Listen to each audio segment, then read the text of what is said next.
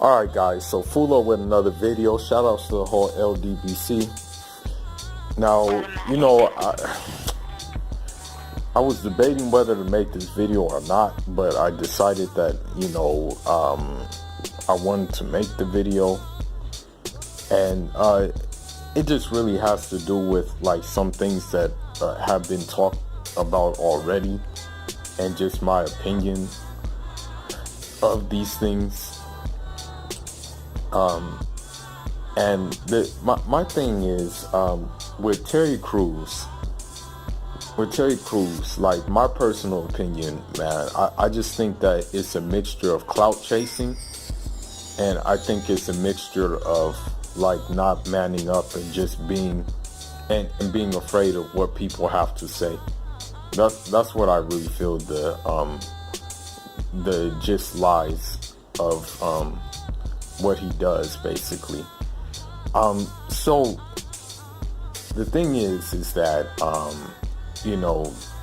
I guess Terry Crews was at a Hollywood party or something like that, and he was quote unquote violated by a guy who grabbed his privates. And the thing is like, in the story, from the way he tells it, the way he like puts it out there is that it existed for a long period of time, and he said that the reason why he didn't do anything back is because he said he had to get on in Hollywood, basically. I'm not a conspiracy theorist or anything like that, but one thing that comes to mind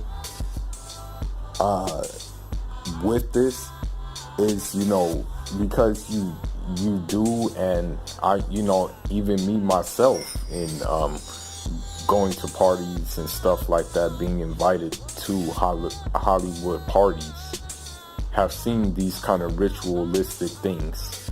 And for me, I really wouldn't be surprised, man, if that was just part of the ritual for him to get on, for him to have the success that he has had. The thing is that when you look at like Hollywood and the black actors in Hollywood, especially the black male actors in Hollywood, a lot of them, not all of them, have had to be in some kind of uncompromising position in order to achieve their success, whether it be them cross-dressing as women, or whether it be them in like some kind of like fishy scenes that make you question, like, okay, are you really going this far just for the sake of a role? And I mean, you see this with, even Will Smith, man. When Will Smith was first starting out, he had like a scene where he was like in like a gay sex scene, basically. Like, that's what he was doing at the time. I don't know what movie this was, and I did not bother in checking what movie it was because I'm not interested in that. Now, with Terry Crews, he said he was with his wife at the time, and that, he felt violated, basically. And my thing is this, like, there's such thing as like just stepping away too, man. Like, I mean, if you see this guy is going towards you, you can hit his hand away. That's how simple it is. I mean, you're big enough that you can just basically hit his hand away and not worry about him even grabbing it. You can just say, like, you can just hit the hand away and say, I don't play that, but I mean, it seemed like it went on for a long time, man. And the thing is, now he's really trying to ride this train, and he's saying that like toxic masculinity is bad, and that people are making fun of him and taking it taking his experience like with a grain of salt. But, honestly, when I really look at it, this dude sounds like a feminist, actually. I mean, honestly, he sounds like he can basically, you can put him right beside all these like so-called feminists who do certain things and push a certain agenda, and that agenda basically doesn't do dudes favors, especially doesn't do black dudes favors. And same with black women.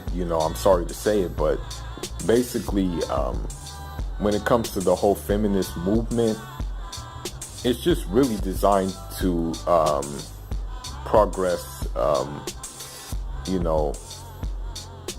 basically progress like the order of the day's agenda. And the order of the day is the Trump-tards and things of that, and those kind of people, and those of the Caucasian race, basically.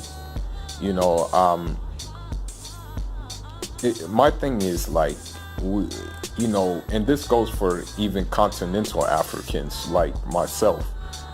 We keep on looking for validation from the wrong people when we should just look inside ourselves and ask ourselves, would the guys who paved the way before us, would they be happy at what we did or what we're doing right now? The same thing with like the women who left a legacy. Would these women be happy with, what we're doing right now, or like what we're saying right now? Because the thing is about quote unquote toxic masculinity. Basically, his definition of toxic masculinity is like basically being a man, just being a man. At the end of the day, men are very physical beings, but at the same time, with discipline, with self-control, and with just a balanced way of being, men are like, men can even things out, because for me, like, this is just me personally. If like Terry Crews is saying that toxic masculinity is a problem, what does he want? What does he want us guys to be? Does he want us to be feminine?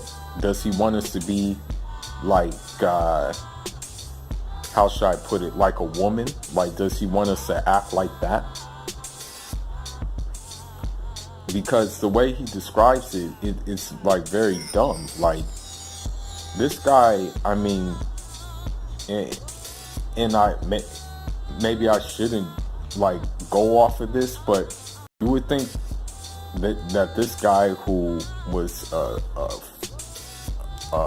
football prospect, who was like, who looks like strong, you would think that he would have a different way of looking at things. But you never know these days, man, because you even have like, I mean, let's face it, you have guys who look strong, who stay in shape, and you ask them like, how's your wife doing? And then they'll tell you, I don't have a wife, I'm gay, And the thing is with this whole thing is that my problem with Terry Crews is that he's being used as a pawn for a bigger purpose. And I don't know if he realizes it. I don't know if he is going along with it. But it's just basically designed to not make a man anymore. I'm sorry to say it, but like, there's certain things about being a man that,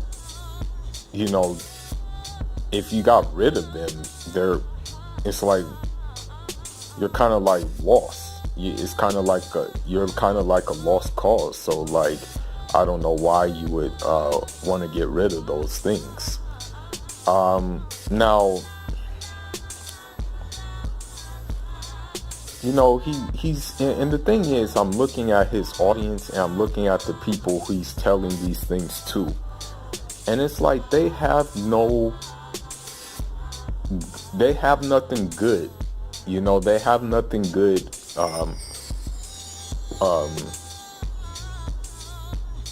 to give you, you know.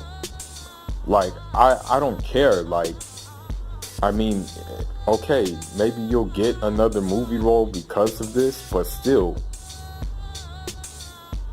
you're in a position to influence. Why not influence the strong male? Why not push the strong, focused, balanced, grounded male instead of trying to make a male into a sissy boy? Like, why? Like, this is not what we need. You know, this is not what we need at all, especially in these times. You know, I mean, and I'm gonna say it like this, man. Like, in traditional African society, man, like, a man knew what he had to do and a woman knew what she had to do, man. And, you know, when it's done right, it's balanced, you know. Because that's the thing, like, it's a yin and a yang. It's not a yin and a yin or a yang and a yang. Okay? The Most High made us, you know, there's one verse that he said that, you know, the Most High said that he created us to dwell with each other in tranquility so that love can grow among us. And he's referring to man and woman. So, I mean, how is that going to be tranquil if you are a man and you want to act like you want to like just cater to feminism 100%, and you just want to be like a quote unquote feminist? You know, like, if you're doing that, and maybe in some cases you're more feminine than your own woman, then how is that going to be balanced? How is that going to be tranquility? Like, what? You're gonna do everything she does? The whole idea of what people know as feminism today is all twisted. You know, it really is. And you know, if I were to talk about it like in detail, that would be a whole different video. But you ever notice that, like, the black people in Hollywood who can like act their asses off and haven't done anything to compromise their masculinity, you ever notice you don't hear about them that much? You ever notice that you don't hear about Denzel that much? You ever notice that you never really heard about Sidney Poitier that much? You ever notice that you never really heard about Mario Van Peebles that much? You ever notice that you hardly ever heard about who's another black actor that I can say didn't decide to compromise himself to appeal to the masses?